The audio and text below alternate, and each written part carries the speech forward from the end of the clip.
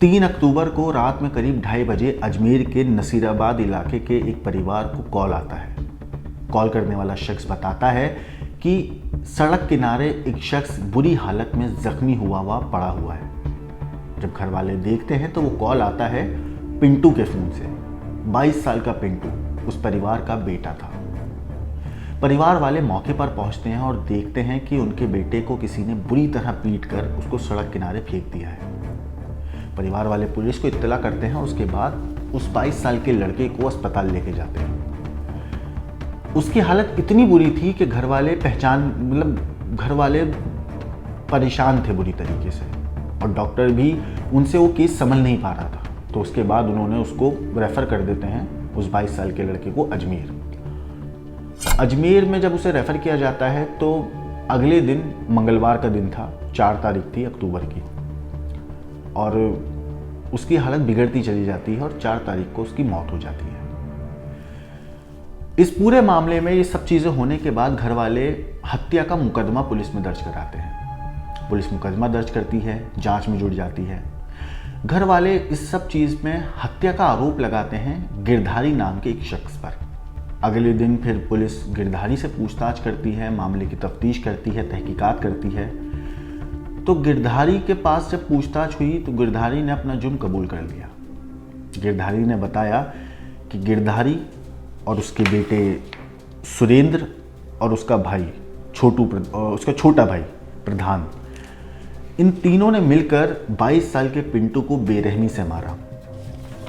इन तीनों ने पुलिस के सामने ये कबूल किया कि इन तीनों ने उसके हाथ पैर तोड़े, पूरे शरीर में गर्म सरिया दागा, मुंह में कपड़ा ठूसा ताकि वो चीख ना पाए, और उसको इतना बेरहम मारा कि वो बेसुध हो गया। उसके बाद उसको रोड के किनारे फेंक कर आ गए। मगर आखिर क्या वजह थी कि एक इंसान ने जानवर की तरह दूसरे इंसान को बेरहमी से पीटा? आखिर क्यों उसके शरीर पर गर्म सरिये दागे गए? क्यों उसके हाथ पैर तोड़े गए?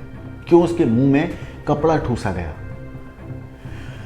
पुलिस ने इस पूरे मामले पर बताया है कि जो नसीराबाद पुलिस है उसने बताया है कि पिंटू जागरण के नाम पर गिरधारी की बेटी से उसके घर मिलने गया था देर रात में।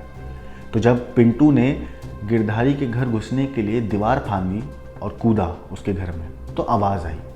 इस पर गिरधारी ने अपने बेटे, जो उसका बेटा है सुरेंद्र, उससे बोला कि वो जाके अपनी बहन के कमरे में चेक करे कि ऐसे अचानक आवाज़ कैसे आई। तो जब सुरेंद्र, गिरधारी का बेटा, उस कमरे में अपनी बहन के कमरे में जाके देखता है तो आपत्तिजनक हालत में वो पिंटू को अपनी बहन के साथ पाता है। जिसके बाद इस बात की जानकारी सुरेंद्र अपने पिता को देता है। फिर गिरधारी, सुरेंद्र और गिरधारी का भाई प्रधान, ये तीनों लोग मिलकर बुरी तरीके से पिंटू को पीटते हैं, मारते हैं, उसके हाथ पैर बांधते हैं, फिर उसके हाथ पैर तोड़ते हैं, उसके जिस्म पे गरम सरिया दागा जाता है, उसके मुंह में कपड़ा ठूसा जाता है ताकि आस पड़ोस के लोग उसकी चीखें ना सुन सकें, और बुरी तरीके से उसको मारा जाता है। इतना मारा जाता है कि वो 22 साल का लड़का सह नहीं पाता है और अस्पताल में इलाज के दौरान दम तोड़ देता है। इस पूरे मामले पर जब पुलिस ने फिलहाल इन तीनों को अरेस्ट कर लिया है और रिमांड पर भेज दिया है, लेकिन इस तरीके से बेरहमी से उस मासूम को पीटा गया, ठीक है वो पुलिस को दे सकते थे, कुछ भी अलग तरीके से बात को सुलझाया जा सकता था, लेकिन जिस बेरहमी से उस 22 साल के लड़के को मारा गया वो वाकई खौफनाक है। इस कहानी पर आपकी क्या राय है?